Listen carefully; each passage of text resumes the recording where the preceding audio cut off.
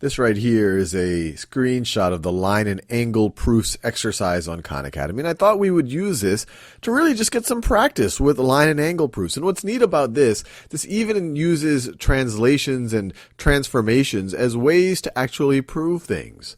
So let's look at what they're telling us. So it says line AB and line DE are parallel lines. All right. Perform a translation that proves corresponding angles are always equal and select the option which explains the proof. All right, so let's see what they have down here. So they say perform a translation that proves corresponding angles are always equal, and then select the option that explains the proof. So they've picked two corresponding angles here. And so you see this is kind of the bottom left angle, this phi, and then you have theta right here is the bottom left angle down here. So these are corresponding angles. Line FB is a transversal, and they already told us that line AB, and what did they call it? Did they call it DE? And line DE are indeed parallel lines. So we want to prove that these two things, that the measure of these two angles are equal.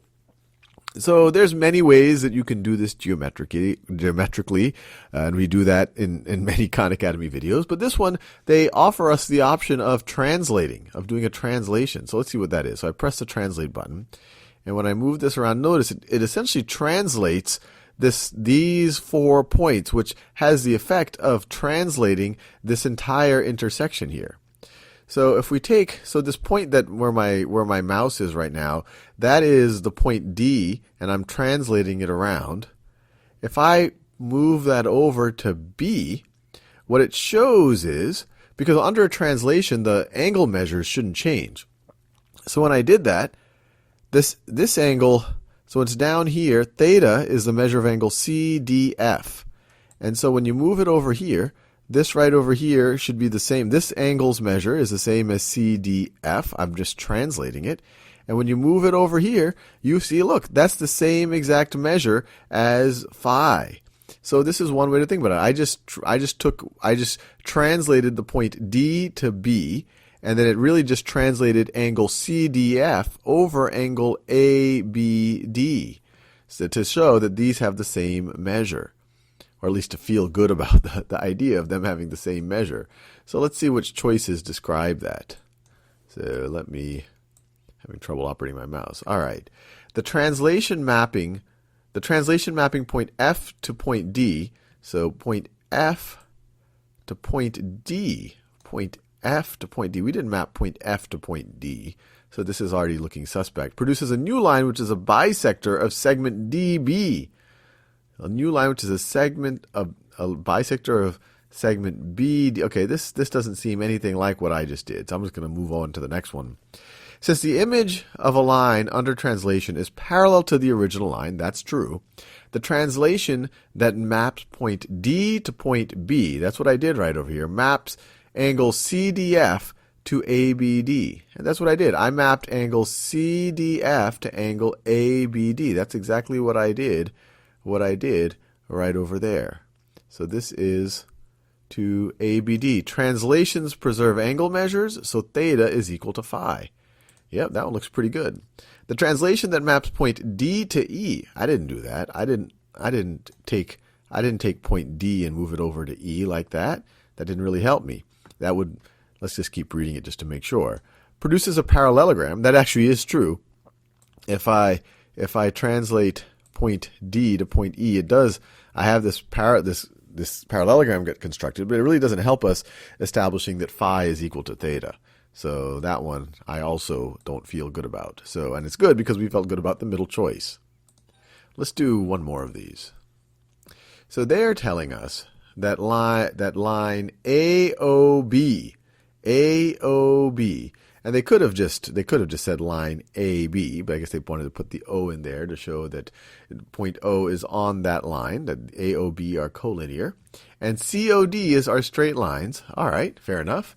Which of these statements prove vertical angles are always equal? So vertical angles would be the angles on the opposite sides of an intersection. So in order to prove that for example, angle AOC and angle DOB are vertical angles. And if we wanted to prove that they are equal, we would say, well, their measures are going to be equal, so theta should be equal to phi. So let's see which of these statements actually does that. So this one says segment OA is congruent to OD. OA is congruent to OD. We don't know that. They never even told us that. So I don't even have to read the rest of it. This is already saying, I don't know how far D is away from O. I don't know if it's the same distance as A is from O. So we can just rule this first choice out. I can just stop reading. They started with a statement that we don't know based on the information they gave us. So let's look at the second choice. If ray OA and ray OC are each rotated 180 degrees about point O, they must map to OB and OD respectively. If two rays are rotated by the same amount, the angle between them will not change, so phi must be equal to theta. So this is interesting. So let's just slow down and think about what they're saying. If ray OA and OC are each rotated 180 degrees, so if you take ray OA, this ray right over here, if you rotate it 180 degrees, it's going to go all the way around and point in the other direction. It's going to become it's going to map to ray OB. So I definitely believe that. OA is going to map to ray OB. And OC, ray OC, if you rotate 180 degrees, is going to map to ray OD. And so this first statement is true. If ray OA and ray OC are each rotated 180 degrees about point O, they must map to ray OB and OD respectively. And when people say respectively, they're saying in the same order, that ray OA maps to ray OB, and that ray OC maps to ray OD. And we saw that. Ray OA maps, if you rotate it all the way around 180 degrees, it'll map to OB. And OC, if you rotate 180 degrees, will map to OD. So I'm feeling good about that first sentence. If two rays are rotated by the same amount, the angle between them will not change. Yeah, especially if they are rotated around. Yeah, I'll go with that. If two rays are rotated by the same amount, the angle between them will not change.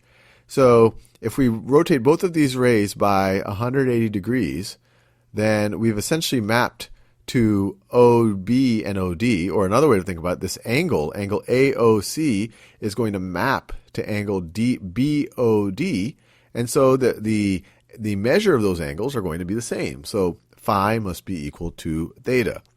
So I actually like this second statement a lot.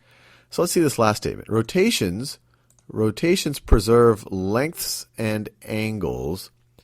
AB is congruent to CD. Actually, we don't know whether segment AB is congruent to CD. They never told us that. We don't know how far apart these things are. So we know that phi is equal to theta. So this statement right over here is just suspect. And so actually I don't like that one. So I'm going to go with the first one, which is, it's a little, it takes a little bit of visualization to going on. But if you took angle AOC and you rotated it 180 degrees, which means take the corresponding rays, or the rays that make it up, and rotate them 180 degrees, you get to angle BOD. And the angle between those rays, or the measure of the angles we're just talking about, shouldn't change. So I feel really good about this second choice.